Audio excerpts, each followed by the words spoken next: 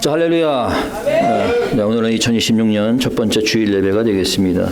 첫 번째 주일이긴 하지만은 새해 첫 예배는 아니죠. 새해 첫 예배는 우리가 1월 1일 그 목요일 송구영신 예배 때 드렸습니다. 자, 그럼에도 불구하고 오늘은 첫 번째 주일에 드리는 예배는 맞습니다. 우리가 첫 번째가 중요한 것은 항상 첫 번째 것은 하나님의 것이 되어야 되기 때문에 그래요. 이 말은 무슨 얘기냐? 나의 첫 번째, 모든 나의 삶 속에서 우선순위가 하나님이 되어야 된다라는 것을 얘기하고 있습니다. 그렇기 때문에 내가 무엇을 해도 내가 하나님 우선의 그런 중심의 삶을 살아야 되는 거죠. 또한 첫 번째가 중요한 것은 우리가 새해 첫 번째 예배를 통해서 하나님께 나의 새로운 계획과 새로운 목표를 올려드리기 위한 데 있습니다. 우리가 지난 송구영신 예배 때 그래서 특별히 여러분들의 계획과 목표를 위해서 기도를 했습니다. 그렇죠?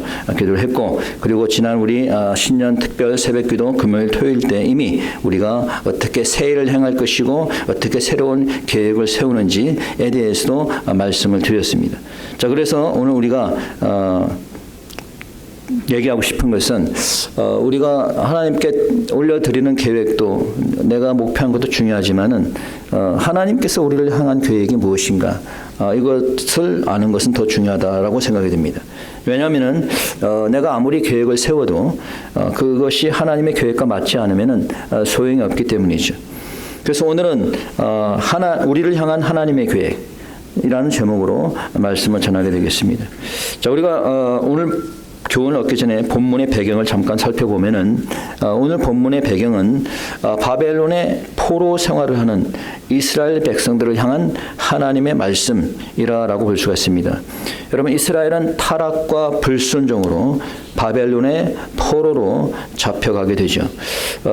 오늘 본문 말씀은 그런 이스라엘을 하나님께서 회복시키겠다라는 약속의 말씀입니다. 70년이 차면은 하나님께서 바벨론의 포로에서 해방시키시고 이스라엘을 회복시키겠다라는 그러한 약속의 말씀입니다. 한번 읽어보겠습니다. 10절입니다. 읽어봅시다. 자, 10절 시작. 나 여호와가 이같이 말하노라. 바벨론에서 70년이 차면 내가 너희를 권고하고 나의 선한 말을 너희에게 실행하여 너희를 이곳으로 돌아오게 하리라. 자, 하나님께서 70년이 차면은 예루살렘으로 돌아오게 하고 그들을 회복시키겠다라고 하는 거예요. 자, 이 말은 우리에게 상당히 중요한 말이고 우리에게 적용이 잘 되어야 될 줄 믿습니다. 오늘날 한국도 그렇지만은 미국도 그렇고 전 세계적으로 타락의 극치를 이루고 있습니다.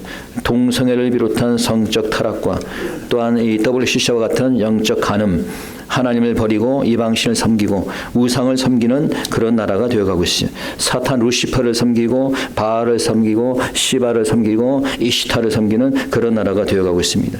교회에서 믿음을 가진 양들은 찾아보기 힘들고 적당히 신앙생활하는 염소들로 가득 차 있습니다. 하나님의 진리의 말씀을 전하는 목자는 찾아보기 힘들고 염소들의 귀만 즐겁게 하는 강대성에서 광대들이 설치고 있습니다.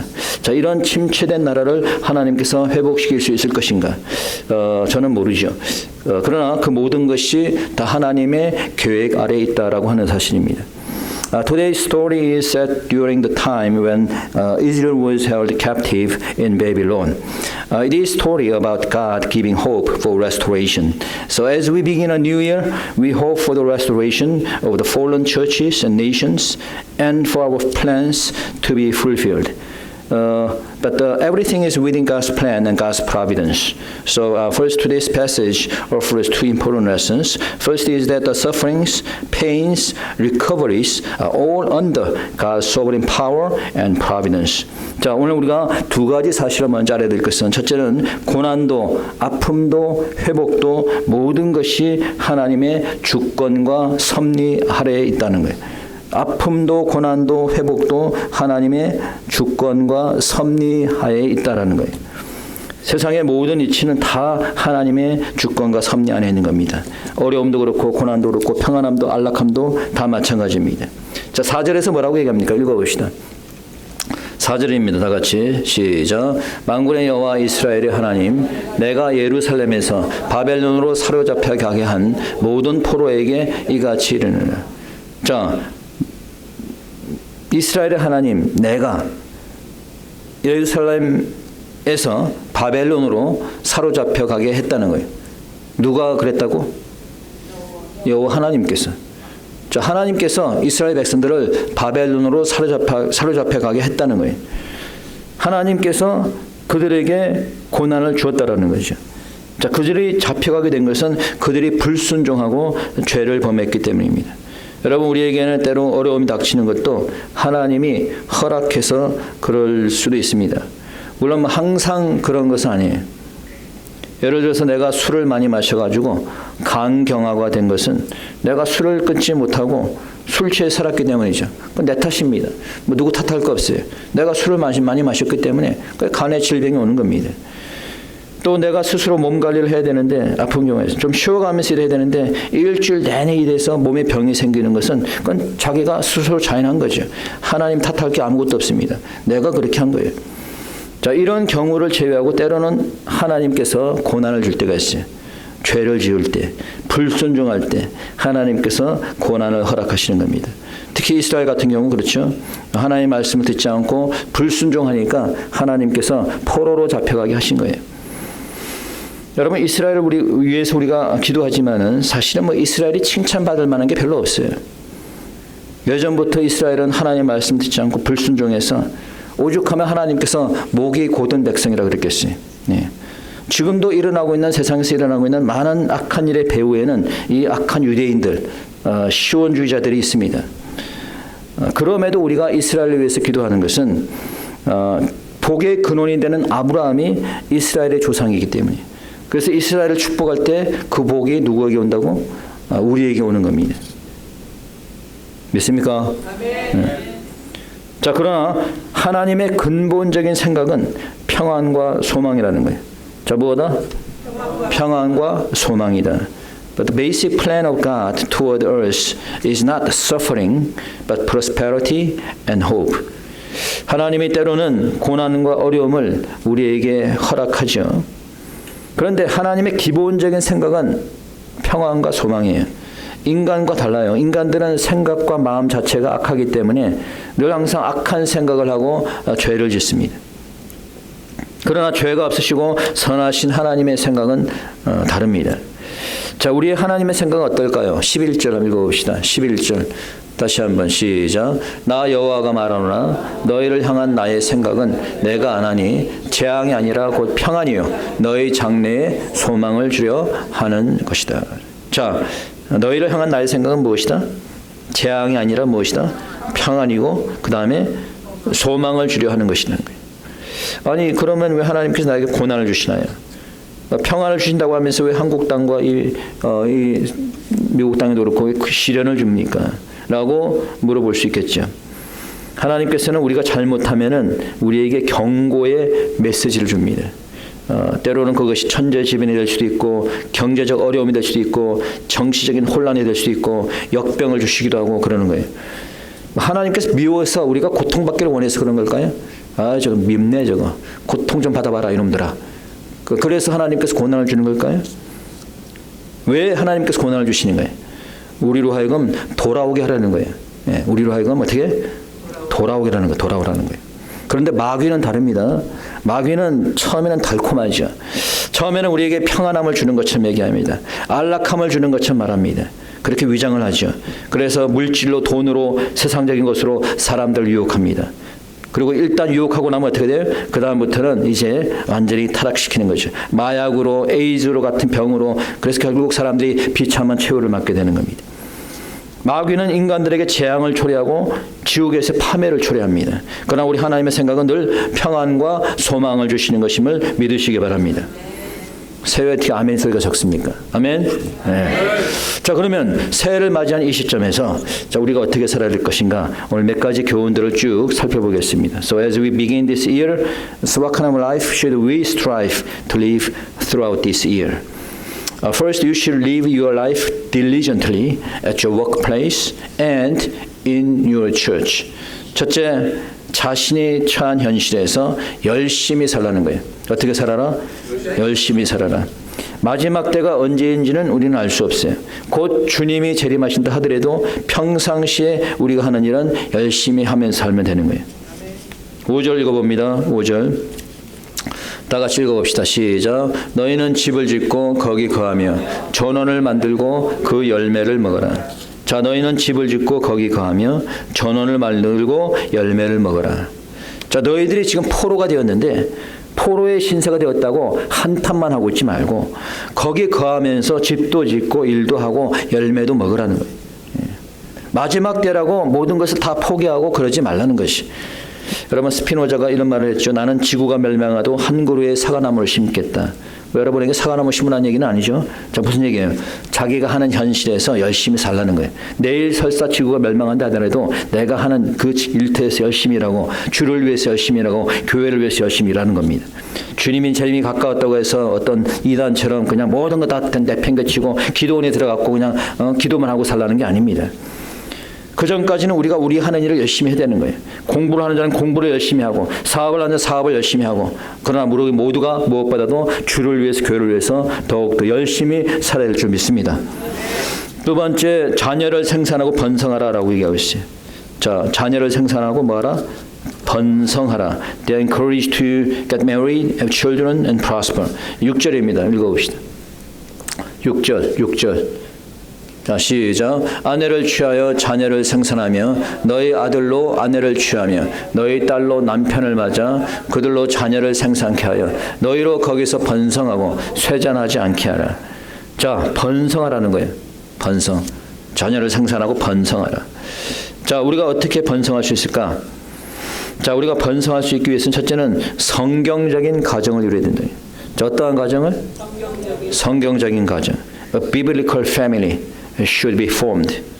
Biblical family예요. 무슨 얘기입니까? What is biblical family? Only the marriage is between man and woman. Okay? 성경적인 가정이 뭐예요? 남자와 여자의 결혼을 얘기하는 거예요. 남자와 남자, 여자와 여자가 결합하는 것은 뭐예요? That's 반성경적이죠. It's anti-Christ. Okay? 반성경적인 것은 성경에서 그렇게 허락하고 있지 않기 때문에 하나님께서는 창조하실 때 남자와 여자를 창조했지 남자만 창조하지 않았습니다. 여자만 창조하지 않았어요. 남자와 여자를 창조해서 하나가 되게 만드신 겁니다. 여러분, 성경적인 결합이 아니면은 남자와 남자가 결혼하고 여자가 여자가 결혼하면은 번성이 돼야 안 돼요? 안 되지. 어떻게 번성이 되겠어요? 그것이 바로 마귀의 작전인 거예요. 마귀의 계략인 겁니다. 마귀는 우리가 번성하길 원하지 않습니다. 그래서 동성애를 장려하고 그래서 낙태를 장려하는 거예요. 다 사탄의 짓입니다. 여러분, 하나님의 창조의 원리를 거역하는 심각한 죄악이에요. 남자와 여자만이 결합만이 성경적인 결합이 되어 참다운 번성의 축복을 누릴 수 있는 겁니다. 저희 얘기하니까 아니 목사님 지금 내가 이거 몇 살인데 지금 뭐 번성하라고 하시는. 또 이렇게 생각하시는 분이 있는 것 같아요. 얼굴 보니까 지금 몇 분. 예. 자, 그래서 여기서 우리가 알아야 될 것은 이것은 영적인 번성을 얘기하는 거예요. 영적인 번성을 또한 포함하고 있습니다. This also refers to spiritual prosperity. 자, 육신적인 번성은 결혼을 해가지고 번성할 수 있겠지만 영적인 번성은 어떻게 할 수 있을까요? 자, 전도를 해야죠. 우리가 영적인 번성은 가만히 있어 번성할 수 없는 것이고 우리가 마지막 때에 이 마지막 때 해야 될 가장 중요한 것 중에 하나가 선교고 전도입니다. 마지막에 오기 전에 단 한 명의 영혼이라도 구원시켜야 되는 거예요. 그것이 하나님의 뜻입니다. 그것이 교회가 존재하는 이유가 되는 거예요. 영적인 번성이 돼야지 이 타락한 땅이 또 회복될 수 있는 겁니다. 여러분, 하나님의 심판이 오는 이유는 죄악 때문에 오지만은 또한 그로 인해서 영적 번성이 멈추었기 때문이에요. 여러분, 지금 20년, 30년 전과 지금의 교회를 비교하면은 아주 양상이 크게 달라졌습니다. 뭐 한 30년 전만 하더라도 이렇지 않았어요. 지금은 여러분 교회들마다 젊은 사람들을 찾아보기 힘듭니다. 교인들의 수도 감소하고 참 믿음의 사람들 찾아볼 수가 없어요. 왜 그래요? 영적인 번성이 끝났기 때문에. 영적 번성이 되기 위해서는 어떻게 해야 될까요? 먼저 교회와 성도들의 영이 회복돼야 되는 거예요. 교회와 성도들의 영이 회복돼야 되는 거예요. 기도와 말씀으로 영이 회복되고 영적 회복이 일어날 때 그때 전도의 열정도 살아나게 되고 영적 번성이 일어나게 되는 겁니다. 우리 새해에는 우리 하원교회 영적 번성과 회복이 일어나기를 소원합니다. 세 번째, 선지자나 복술자를 조심하고 꿈을 신청하지 말라고 되어 있습니다. 자, 읽어봅니다. 8절입니다. 8절. 다 같이 시작. 만군의 여호와 이스라엘 하나님이 이같이 말하노라. 너희 중 선지자들에게와 복술에게 혹하지 말며 너희가 꿈도 신청하지 말라. You should not let the prophets and diviners deceive you and should not listen to the dreams. 선지자들과 복술에게 혹하지 말라는 거예요. 복술자는 이거 점쟁이라고 합니다. 점쟁이. 예. 요즘 마지막 대학 가서 그런지 이런 점쟁이들이 많아요. 점쟁이들이. 예. 또 그 점쟁이들의 혹하는 자들이 많아. 특히 교인들. 예. 하나의 말씀을 보고 믿어야 될 텐데 점쟁이 찾아가가지고 우리나라가 어떻게 될까요? 무당이 아주 좀 신령한 무당이 있는데 어쩌고 이런 심신한 교인들조차도 말이죠. 이러면 돼, 안 돼? 예. 여러분 물론 마지막 때가 되면 하나님께서 꿈도 예언도 환상도 주시겠다고 말씀했어요. 사도행전 2장 17절에 보면은 너희의 자녀들은 예언할 것이요 너희의 젊은이들은 환상을 보고 너희의 늙은이들은 꿈을 꾸리라. 그런데 마지막 때가 되니까 이 성령으로 인한 이러한 예언과 이러한 꿈이 나타나는 것이 아니라 이 거짓으로 예언하는 자들, 거짓 선지자들, 이 신비주의자들이 많이 있습니다. 이런데 미혹되지 말라는 거예요. 자, 9절 한번 읽어봅니다. 읽어봅시다. 9절 시작. 내가 그들을 보내지 아니하였어도 그들이 내 이름으로 거짓을 예언하니라. 여호와의 말이니라. 내가 그들을 보내지 아니했다는 거예요. 내가 그들을 보내지 아니했는데 그들이 거짓으로 내 이름으로 예언하고 거짓으로 기적을 행하는 척하고 하나님이 보낸 선지자가 아닌데 보낸 것처럼 주님의 이름으로 거짓말을 하고 이런 것들을 조심하고 늘 항상 말씀 중심의 삶을 살라고 하는 거예요. 말씀 중심의 삶을. 그 다음에 네 번째 부르짖고 기도하라는 겁니다. You should cry out and pray to God. 자, 뭐하라? 부르짖고 기도하라는 거예요. 작년 한 해 우리가 수요일 토요일마다 나와서 기도를 했습니다. 그래서 우리가 출석상도 줬어요. 근데 사실 열심히 나오는 사람들만 나온 것은 사실입니다. 나오지 않은 사람은 1년이 돼도 한 번도 나오지 않은 사람들이 있어요. 여러분 새해에 여러분들이 이루어야 될 계획이 있다면은 하나님께 기도하시기 바랍니다. 예. 뭐 집에서 기도하는데요. 여러분이 집에서도 기도하겠지. 근데 얼마나 집에서 열심히 기도합니까? 자, 12절에 이렇게 되어 있습니다. 읽어봅시다. 12절 시작. 너희는 내게 부르짖으며 와서 내게 기도하면 내가 너희를 들을 것이요. 뭐라고 그랬어요? 와서 내게 기도하면. 영어로 보니까 come and pray to me. 오라는 거예요. 어디로? 성전, 교회로 오라는 거예요. 그러면은 내가 들을 것이다. 여러분이 아무리 좋은 계획을 세우고 목표를 세워도 여러분이 이루는 분은 하나님이신 거예요. 누가 이루신다고? 하나님이 이루신 겁니다. 우리가 교회 2020년도 교회 목표를 세웠습니다. 읽어봅시다. 큰 소리로 시작. 완전한 회복과 승리를 위해 소망을 가지고 전진하는 교회. 어떤 집사님이 그러시더라고. 목사님 새해 목표가 너무 좋은 것 같습니다. 이렇게 말씀을 저한테 하시더라고. 분명히 목표는 잘 세웠습니다. 좋은 것 같은데 이 목표를 세워도 이루어져야지 의미가 있는 거 아닙니까? 여러분 새해 계획을 세워도 그 계획이 이루어져야지 되는 거 아니에요? 그렇지 않습니까?